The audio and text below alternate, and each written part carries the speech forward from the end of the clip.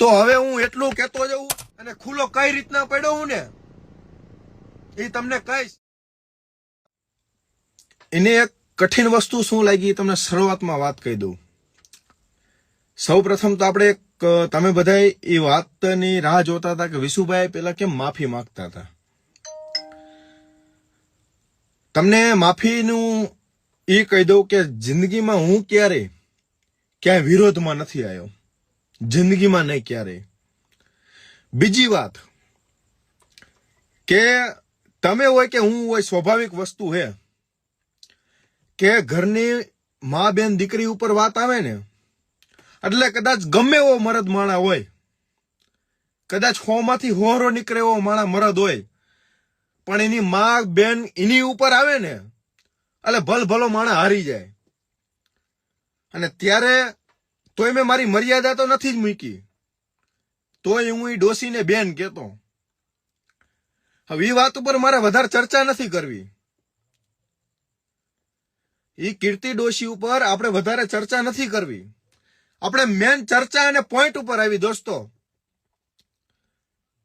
હું તમને એક વાત કરવા માંગુ છું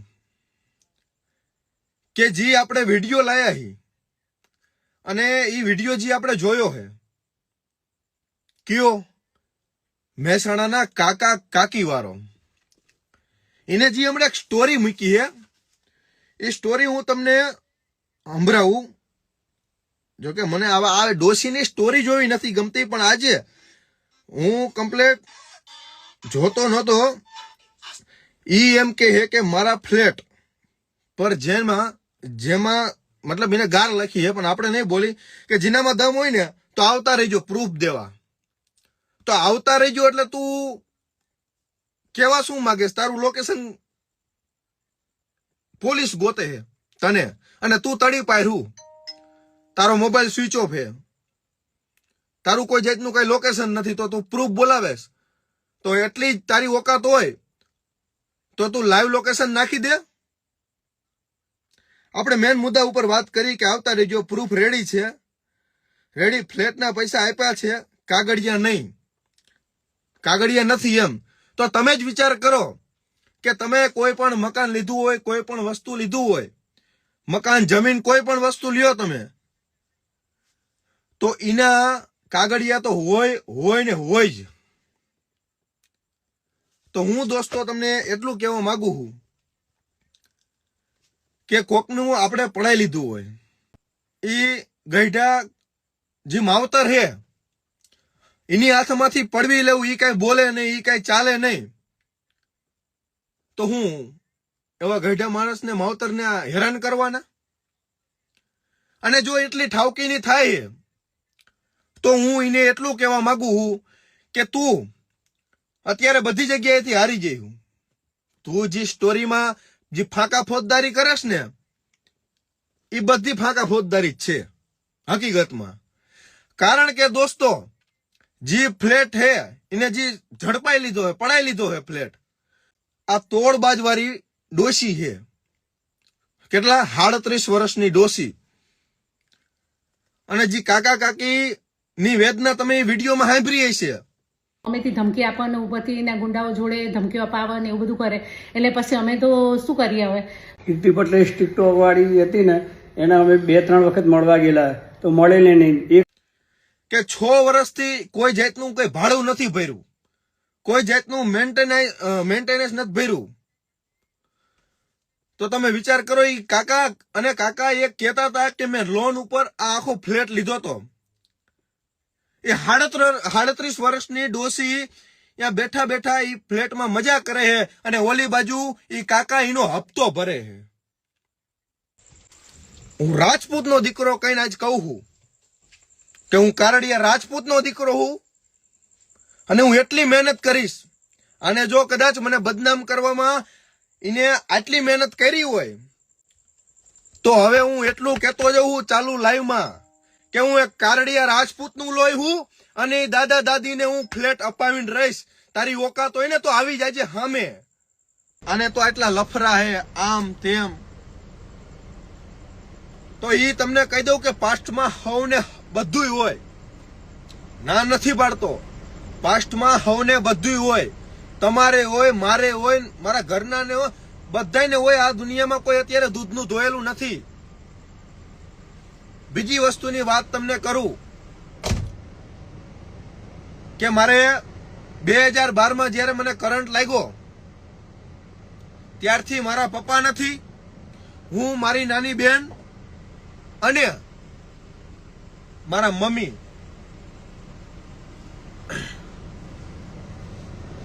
તો હવે હું જે વાત તમને કહેવા આવ્યો હું એ વાત ખાલી સાંભળી લો. મારું લગભગ લાઈવમાં મારે આવું નહોતું. આવી 37 વર્ષની ડોશીઓને મારે જવાબ નહોતો દેવો. કદાચ મને બદનામ કરી નાખે ને તોય બધાને ખબર જ છે, જાણવા વાળાને ખબર જ છે કે આ 37 વર્ષની ડોશી શું હે શું નથી. એમ હું તમને એક મારી શરૂઆતની વાત કરું. દિલથી મારી વાત સાંભળજો, દિલથી સાંભળજો. ખોટું હોય ને તો મને કહેજો ભાઈ. કરી દીધું ભાઈ, 80 ચાલુ કરી દીધું. ઈ તમે ન મૂંઝાવ. પણ બીજી વસ્તુ કે જ્યારે મારા 2 હાથ અને 1 પગ કપાણો, કાંઈ વાંધો નહીં, મોટી વસ્તુ નથી. પણ જિંદગીમાં ક્યારેક એકલા બેઠા બેઠા તમે એટલું વિચારજો, જિંદગીમાં એકવાર બેઠા બેઠું એટલું વિચારજો કે તમારે ક્યારેક એક હાથ કપાઈ જાય ને, કપાઈ જવાની તો અલગ વસ્તુ છે, પણ ક્યારેક તમારો હાથ આમ ક્યાંક તમારો મચકોડી જાય, મળી જાય ને, એટલે તમે ઈ હાથે કામ નથી કરતા અને એ હાથને આમ લટકાડીને ફરતા હોય છે. તો દોસ્તો 2012માં જયારે મને કરંટ લાગ્યો તો મારી ઉંમર ફક્ત ને ફક્ત 9 વર્ષ હતી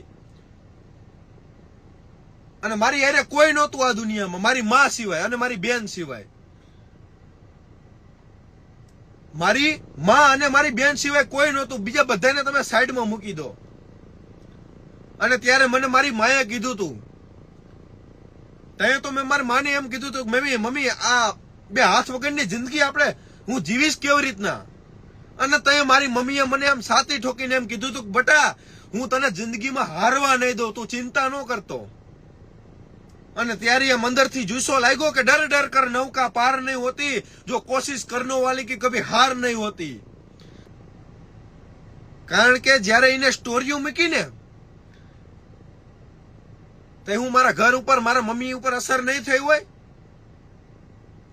પછી મેં વિચાર કર્યો કે ઓમે કદાચ આને ખુલ્લો પાડી દીધો, વાંધો નહીં. અને ખુલ્લો કઈ રીતના પડ્યો હું ને એ તમને કહીશ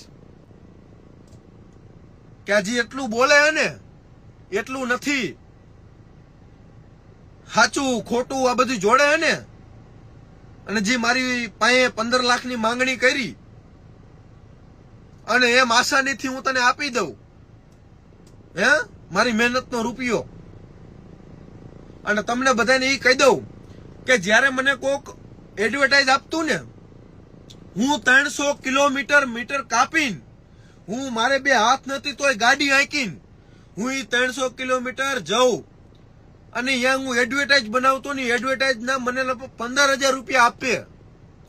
અને 15,000 રૂપિયા મને આપે અને પછી રાતના 2 વાગ્યા હોય, 3 વાગ્યા હોય, મારી મમ્મીના ફોન આવે, હાલો બટા ક્યારે આવે? બટા હજી મેં ખાધું નથી, તું ઘરે પહોંચી જા ને પછી હું ખાઈશ, તું ધ્યાનથી ગાડી હાંકજો, તું એકલો હું બટા ધ્યાન રાખજે, તારે હાથ નથી હો. આમ મારી માં બેઠી બેઠી ચિંતા કરતી હોય કે આનેજી મને બદનામ કરતા એટલું ન વિચાર્યું. હા 100% હું માણસ છું, માણસ એક ભૂલને પાત્ર હોય, ના નથી પાડતો, મારેથી 70 ભૂલું થઈ છે ભાઈ. પણ એટલું યાદ રાખજો કે વાંધો નહીં, મને કીધું એમાં મને કઈ જાતનો કઈ વાંધો નથી,